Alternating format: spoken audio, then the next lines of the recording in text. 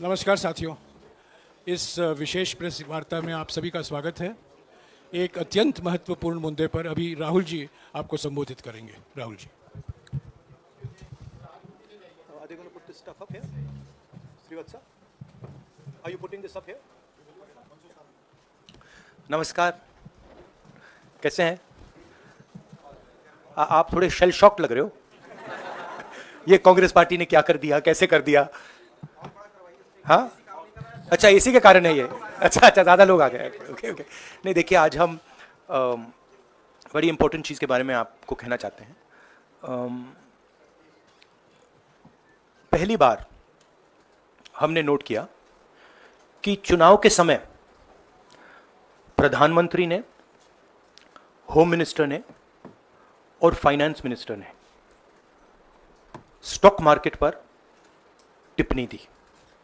प्रधानमंत्री ने 2-3 बार, 4 बार देश को कहा कि स्टॉक मार्केट तेजी से आगे बढ़ने जा रही है। होम मिनिस्टर ने सीधा कहा कि 4 जून को स्टॉक मार्केट आसमान में जाएगी, लोगों को खरीदना चाहिए। और यही मैसेज फाइनेंस मिनिस्टर ने दिया। फर्स्ट, ये आज थोड़ा हम तो ये क्रोनोलॉजी है। अमित शाह कहते हैं बाय शेयर्स बिफोर 4 जून। 19 में नरेंद्र मोदी जी कहते हैं stock market will break records on June 4। फिर 28 मई को रिपीट करते हैं। 1 जून मीडिया झूठे एग्जिट पोल रिलीज करती है। बीजेपी का ऑफिशियल जो इंटरनल सर्वे था वो उनको 220 सीट दे रहा था। तो ये इंफॉर्मेशन बीजेपी के लीडर्स के पास था। इंटेलिजेंस एजेंसीज ने 200 और 220 के बीच में सरकार को बताया था कि उनकी सीट्स आ रही हैं। 3 जून को स्टॉक मार्केट सारे रिकॉर्ड तोड़ देता है और 4 जून को खटाक से स्टॉक मार्केट अंडरग्राउंड चला जाता है। अगला स्लाइड दिखाइए जरा। ये देखिए,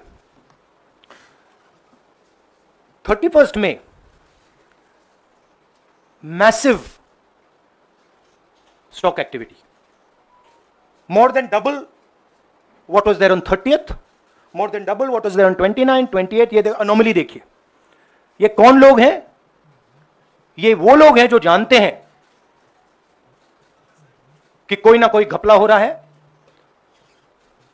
हजारों करोड़ रुपए यहां पे इन्वेस्ट हुए हैं, फॉरेन इन्वेस्टर्स ने इन्वेस्ट किए हैं। और उसके बाद 30 लाख करोड़ रुपए का लॉस होता है। किसका लॉस होता है? रिटेल इन्वेस्टर्स का लॉस होता है। तो ये जो आप देख रहे हैं, हिंदुस्तान की स्टॉक मार्केट की हिस्ट्री का सबसे बड़ा स्कैम है। और इसके बारे में हम कुछ सवाल पूछना चाहते हैं। पहला सवाल, why did PMNHM give specific investment advice to the 5 crore families investing in the stock market? Is it their job to give investment advice? Second, why both interviews were given to the same media house owned by the same business group, which is also under SEBI investigation for manipulating stock market? Third, what is the connection between the BJP, the fake exit pollsters, and the dubious foreign investors who invested one day before the exit polls were announced and made a huge profit at the cost of 5 crore families? We demand a JPC into this. We are absolutely convinced that this is a scam. Somebody has made thousands of crores of rupees at the cost of Indian retail investors, and the Prime Minister and the Home Minister have given an indication to buy. And this is a criminal act. So we demand today a joint parliamentary committee to investigate this. मैं हिंदी में बोल देता हूं। प्रधानमंत्री ने देश की जनता को इन्वेस्टमेंट एडवाइस क्यों दी? और 5 करोड़ परिवारों को जो इन्वेस्ट करते हैं उनको प्रधानमंत्री ने, होम मिनिस्टर ने स्टॉक खरीदने का आदेश क्यों दिया? दूसरा, दोनों इंटरव्यूज जो किए गए थे वो अदानी जी के जो चैनल्स हैं उनको दिए गए थे, उन पर सेबी का इन्वेस्टिगेशन हो रहा है, तो उन चैनल्स का क्या रोल है? और बीजेपी के बीच में जो फेक एग्जिट पोलस्टर्स हैं और ये जो फॉरेन इन्वेस्टर्स हैं, इनके बीच में क्या कोई रिश्ता है? और अगर रिश्ता है तो क्या है? हम जेपीसी चाहते हैं, हम इन्वेस्टिगेशन चाहते हैं और देश इसकी सच्चाई जानना चाहता है। धन्यवाद। शुक्रिया राहुल जी। साथियों, अभी अभी राहुल जी ने आपको स्पष्ट तरीके से क्रोनोलॉजी समझ लिया है।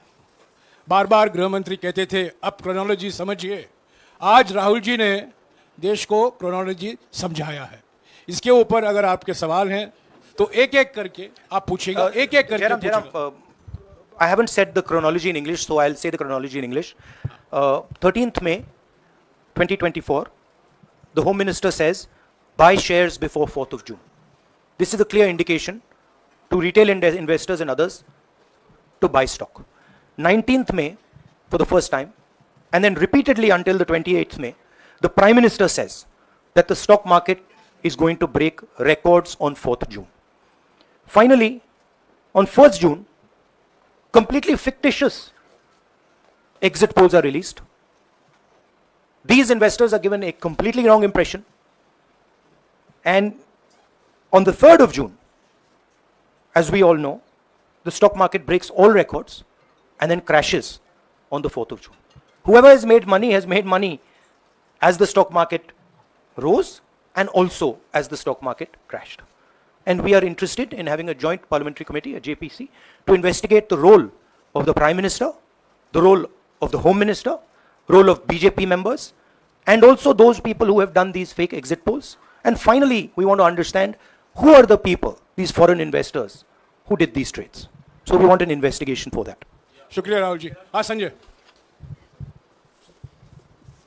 राहुल जी, इससे पहले भी आपने अदानी इशू पे जेपीसी पिछली लोकसभा में मांग की थी, तो क्या आप चाहेंगे कि ये इशू और हिंडनबर्ग इशू दोनों कंबाइन हो और दोनों की जांच हो? ये जो इशू है, this is a broader issue than just the Adani issue. It is connected to the Adani issue, but this is a much broader issue. This is directly the Prime Minister of India, Home Minister, who are privy to data on actual election results, who have IB reports, who have their own data, who are advising retail investors to buy stock on the 4th. This has never happened before. And by the way, the Prime Minister has never commented on stock market before this. This is the first time the Prime Minister has commented, very interestingly, and multiple times, one after the other, saying that stock market is going to boom, stock market is going to boom, stock market is going to boom. And at the same time, he has information that the exit polls are wrong. He has information that he knows what is going to happen because he has IB data and he also has his own party data. हाँ जी रवि। कई चैनलों ने मिलकर ये सब चीज़ किया है, जिस तरह से एग्जिट पोल करके लोगों को गुमराह किया है, जिस तरह से शेयर बाजार में सारा कुछ हुआ है, जी न्यूज़ ने भी इस मामले को उठाया है और बताया है। और आपके कहने का सीधा अर्थ है कि अडानी को इसका फायदा उठाने के लिए किया गया है? नहीं, मेरा कहने का ये अर्थ है कि उसमें अदानी इन्वॉल्व हो सकता है, मगर ये अदानी से बहुत बड़ी चीज़ है। इसमें बीजेपी के सबसे बड़े नेताओं ने कहा है, रिटेल इन्वेस्टर्स को मैसेज दिया है कि आपको स्टॉक खरीदना चाहिए। उनके पास इंफॉर्मेशन थी कि एग्जिट पोल्स गलत हैं, उनके पास इंफॉर्मेशन थी कि बीजेपी को फुल मेजॉरिटी नहीं मिलने वाली है, और वो जानते थे 3 जून को और 4 जून को क्या होने वाला है। कितने का 30 लाख करोड़ का नुकसान हुआ है। कितने का 30 लाख करोड़ रुपए का नुकसान हुआ है और हजारों लाखों करोड़ रुपए का चुने हुए लोगों को फायदा हुआ है। और हम इंक्वायरी चाहते हैं प्रधानमंत्री पर, होम मिनिस्टर पर, जिन्होंने एग्जिट पोल किया उन पर, और ये जो फॉरेन इन्वेस्टर्स हैं उन पर। आशमिन,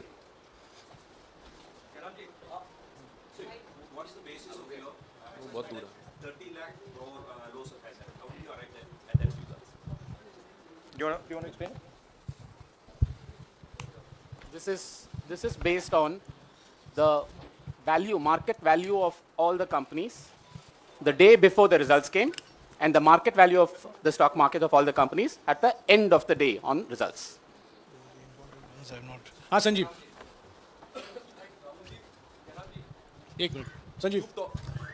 Rahulji, you've talked about, are you alleging the involvement of the Prime Minister and the Home Minister? Yes. And whose money is it? Yes, Are you that, saying that it is what their I am saying. money? I am saying that people very high up in the BJP have carried out this scam. I am saying they had partners who carried out these exit polls.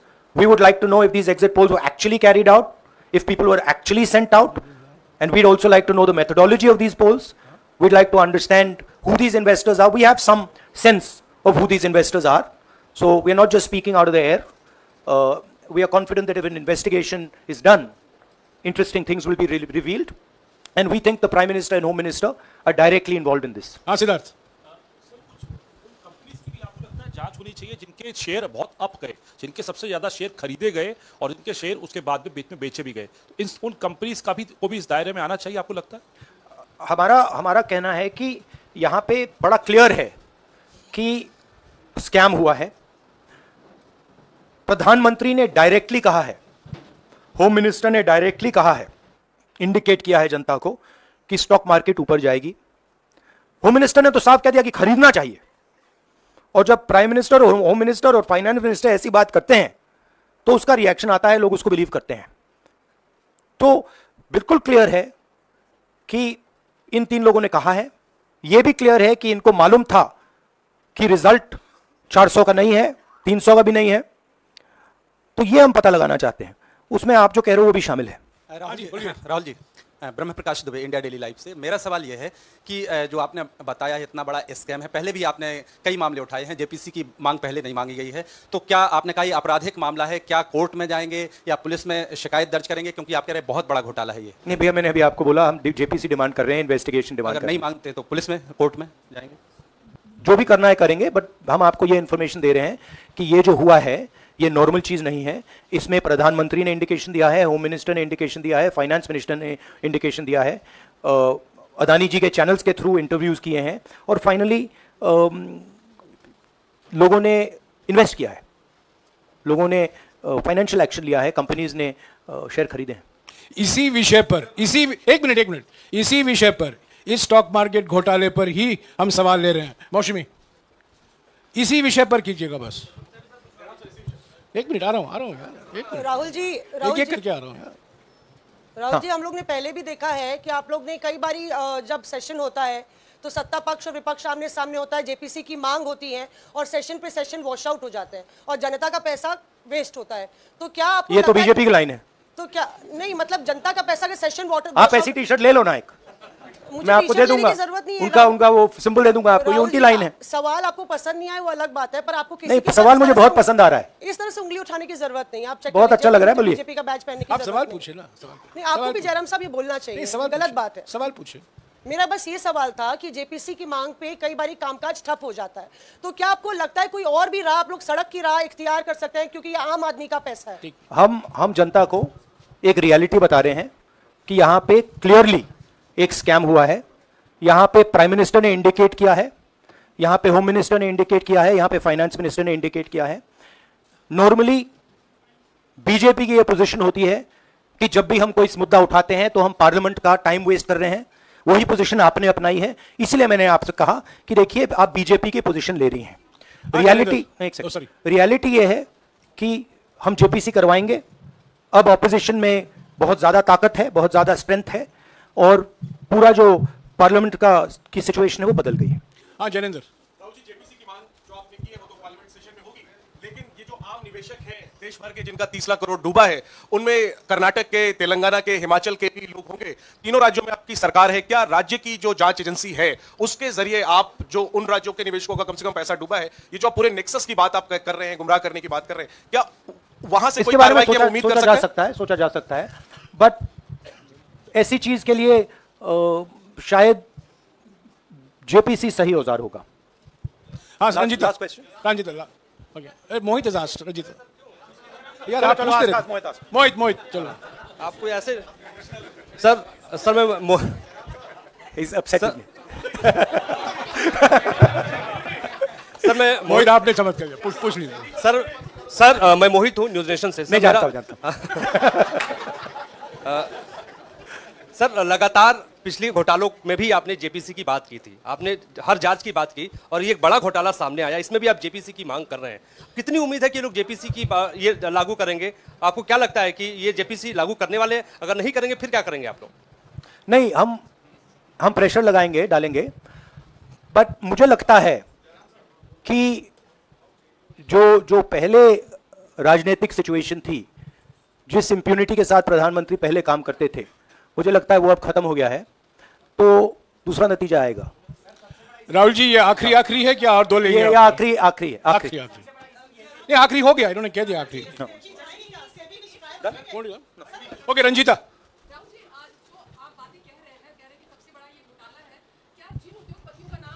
लेते रहे हैं चुनावी जो रैलियां रही हैं उसमें भी और उसके बाद भी, क्या आप कहना चाहते हैं कि सरकार ने मदद की है उन उद्योगपतियों को और अमीर बनाने में? नहीं, मैं कह रहा हूं, मैं सिर्फ सरकार की बात नहीं कर रहा हूं, मैं दो इंडिविजुअल्स की बात कर रहा हूं। प्रधानमंत्री ने और हिंदुस्तान के सब रिटेल इन्वेस्टर्स जिनको नुकसान हुआ है, मैं आपसे बोल रहा हूं, आपको यह बात समझ आ जाएगी। आपका पैसा गया है, आपकी कमाई गई है, आपको नुकसान हुआ है, और इसमें करोड़ों युवा हैं जो ईमानदार हैं। तो नरेंद्र मोदी जी ने, अमित शाह जी ने आपको मैसेज दिया कि 4 तारीख को स्टॉक मार्केट आसमान छुएगी, और आपने उन पर भरोसा किया। मगर सच्चाई यह थी कि नरेंद्र मोदी को मालूम था कि 4 जून को स्टॉक मार्केट आसमान नहीं छुएगी, 4 जून को स्टॉक मार्केट का जबरदस्त नुकसान होने जा रहा है, क्योंकि उनके पास इंटेलिजेंस की रिपोर्ट थी और बीजेपी का जो इंटरनल असेसमेंट था 220 सीट का, वो उनके हाथ में था। तो मेरा यह सवाल है, और मैं आपसे इन्वेस्टर से कहना चाहता हूं कि आपको जो चोट पहुंची है, जो आपको दर्द हुआ है, वो चोट नरेंद्र मोदी जी और अमित शाह के बयान ने आपको पहुंचाई है। और हजारों करोड़ रुपए किसी ना किसी ने चोरी किए हैं, वो आपके जेब से गए हैं, रिटेल इन्वेस्टर्स के जेब से गए हैं। तो मैं चाहता हूं, आपके लिए बोल रहा हूं, मैं आपके लिए बोल रहा हूं कि इन्वेस्टिगेशन होना चाहिए, पता लगाना चाहिए कि प्रधानमंत्री जी ने, होम मिनिस्टर ने आपको यह गलत इंफॉर्मेशन क्यों दी, और ये कौन लोग हैं, इन्वेस्टर्स जो हैं, फॉरेन इन्वेस्टर्स हैं, जिन्होंने इस दिन फायदा उठाया। ये देखिए ग्राफ है, ये रेड चार्ट जो है, इसको देख लीजिए। ये नॉर्मल ट्रेडिंग है, ये नॉर्मल ट्रेडिंग है, ये ग्रे वाली नॉर्मल ट्रेडिंग है, और ये जो ट्रेडिंग है, ये अबनॉर्मल ट्रेडिंग है, ये 2-3 गुना है, और फिर ये हुआ है नुकसान। तो ये नरेंद्र मोदी जी और अमित शाह से मैं पूछ रहा हूं कि आप में इसमें आपका क्या रोल था, और रिटेल इन्वेस्टर्स के लिए पूछ रहा हूं, आपकी मदद करने के लिए पूछ रहा हूं, और इन्वेस्टिगेशन होगा तो आपके लिए होगा। धन्यवाद, शुक्रिया।